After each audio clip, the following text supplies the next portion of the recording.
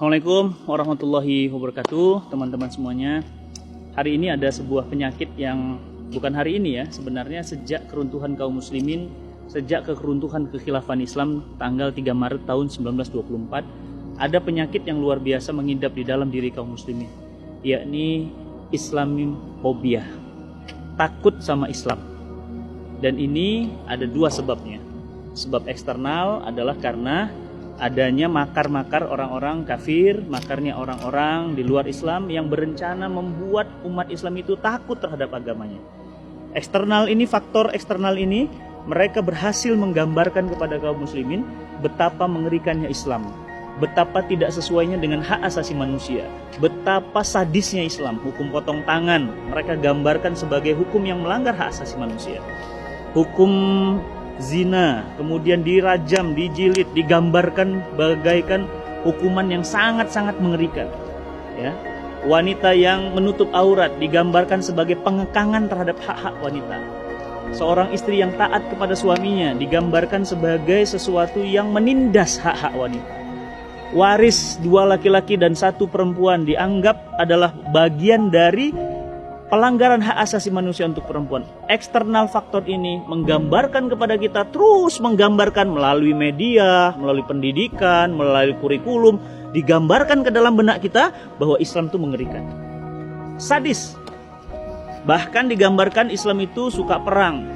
Ditunjukkan ya sejarah-sejarah kaum muslimin yang kemudian diiringi dengan air mata dan darah. Peperangan-peperangan, umat Islam selalu membantai dimanapun berada. Dibuatlah gambaran seakan-akan jihad itu sebagai sesuatu yang sangat menyeramkan.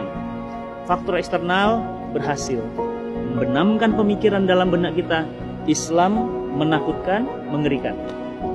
Ditambah lagi dari faktor internal.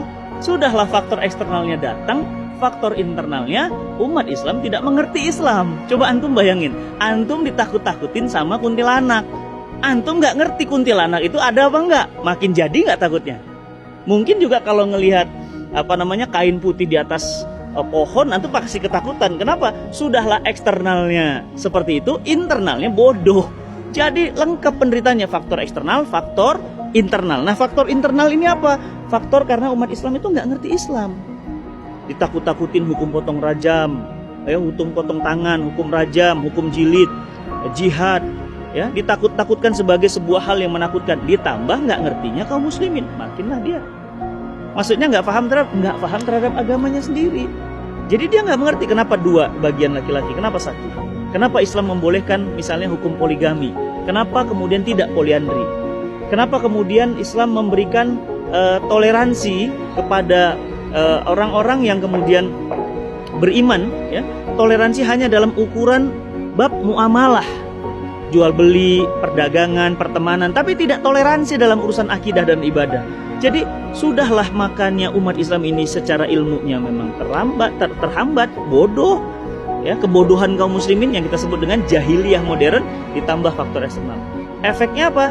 Efeknya umat Islam hari ini takut dengan agamanya.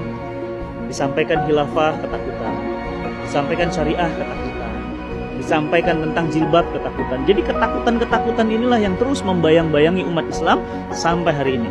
Terus apa dong solusinya? Solusinya ya mudah, udah tahu penyakitnya dua. Ya solusinya dari dua juga. Solusi yang pertama apa? Menurut saya solusi pertama harusnya adalah internalnya umat Islam dulu. Pemahaman Islam ini harus direinstall ulang lagi. Difahamkan lagi kenapa Islam kemudian sebagai aturan dari Allah Subhanahu wa taala yang sempurna tidak mungkin menzolimi wanita. Jilbab itu justru untuk menjaga wanita, memuliakan wanita, menjadikan mereka itu terjaga dan seperti barang yang mahal, sampai harus seperti itu. Sehingga apa? Muncul pemahaman. Kenapa dua dibagi dua dan satu waris misalnya? Karena Islam sangat-sangat memuliakan keluarga, sehingga laki-laki memang dapat dua bagian, tetapi mereka tetap berkewajiban menafkahi anak, istri, adik, kakak, ibu dan yang lainnya. Jadi reinstall pemahaman Islam di bab yang internal tadi. Yang eksternal tadi kita harus lawan, kita bongkar strateginya. Contoh kita katakan, benarkah umat Islam gila perang? Pertanyaan saya, yang membunuh orang sampai puluhan ratusan juta dengan bom Hiroshima Nagasaki Islam bukan? Yang membunuhi orang sampai puluhan juta di Irak dengan peperangan Irak yang itu berpuluh-puluh tahun, pertanyaan saya, sampai seperti itu Irak hancur, itu orang Islam bukan? Yang kemudian menghancurkan negeri-negeri kaum muslimin di Palestina, di Syam, bahkan sampai hari ini umat Islam mau sholat aja nggak bisa. Pertanyaan saya, itu pelakunya orang Islam bukan? Jadi nggak adil dong bro, ya mas ya, mbak ya, nggak adil dong ngambil satu capture kemudian mengeneralisir.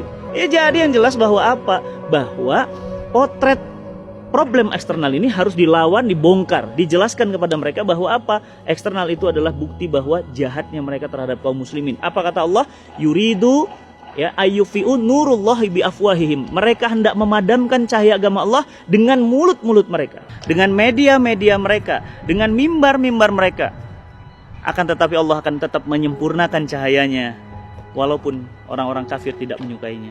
Maka jamaah yang dirahmati Allah, dari sini kita jadi faham bahwa eksternal faktor ini bisa kita halangi, bisa kita hindari, bisa kita jauhi, bisa kita atasi kalau internal faktornya kuat. Maka alhamdulillah saya sekarang senang banyak kanal-kanal dakwah, banyak majelis-majelis taklim, banyak majelis-majelis ilmu. Itu untuk apa?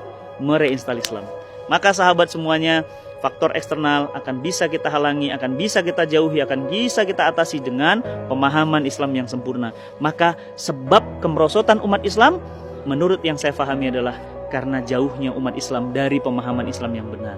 Maka yuk sama-sama kita perbaiki pemahaman kita dalami lagi akidah kita dalami lagi syariah kita dalami lagi bab dakwah kita, sehingga muncul kebanggaan bahwa Islam adalah agama yang mulia, agama yang harusnya dipeluk oleh seluruh bangsa dan seluruh manusia, sehingga kemudian Allah Subhanahu wa taala pantas mengatakan, "Walladzi arsala rasulahu bil huda wa dinil haqq liyudhhiru 'ala dini kullih wa kafa billahi syahida."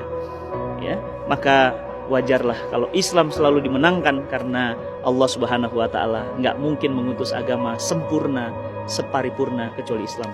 Ayo teman-teman semuanya, rajin belajar Islam, mengkaji Islam lebih dalam sehingga kita bisa mengatasi eksternal faktor dan kita akan kembali mulia bersama Islam. Assalamualaikum warahmatullahi wabarakatuh.